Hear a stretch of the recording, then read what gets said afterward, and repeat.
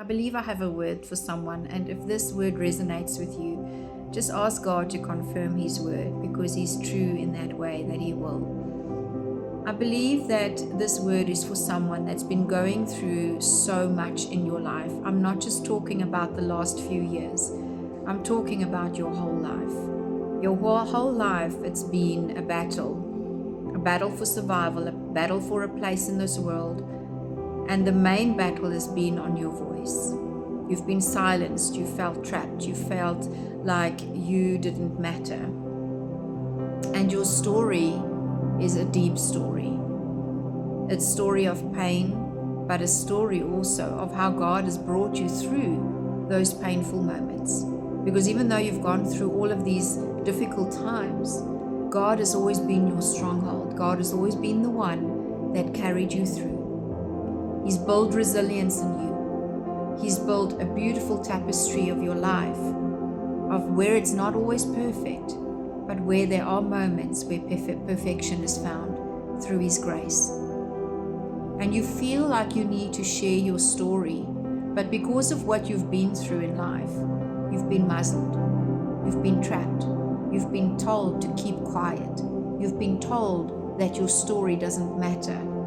And maybe you have not come through on the other side yet, where you have this victorious testimony to tell yet, but you are working your way to that point, and you can see how God is one after the other removing the obstacles out of your way, and your story is being unfolded in front of you in such a beautiful way. And you want to share it with other people, the sorrows, the pain, the battles you've had to go through.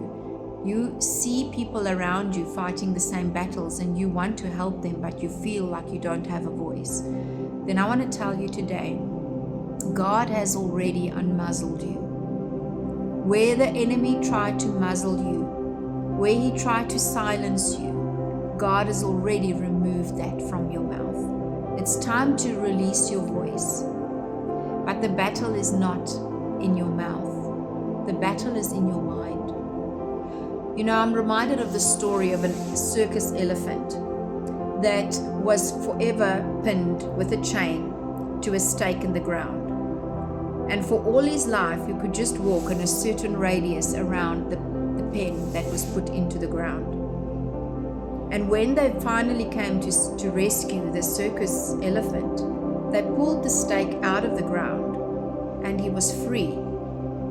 But they found that the elephant was just walking around in the same spot that he always used to walk around in. He was still trapped in his mind. He still thought that that stake in the ground was keeping him trapped. Meantime, he was ready, set free. And maybe this is you in your mind. Because of what people have told you, because of what you've been through, you still believe in your mind, in your head, that you can't speak out.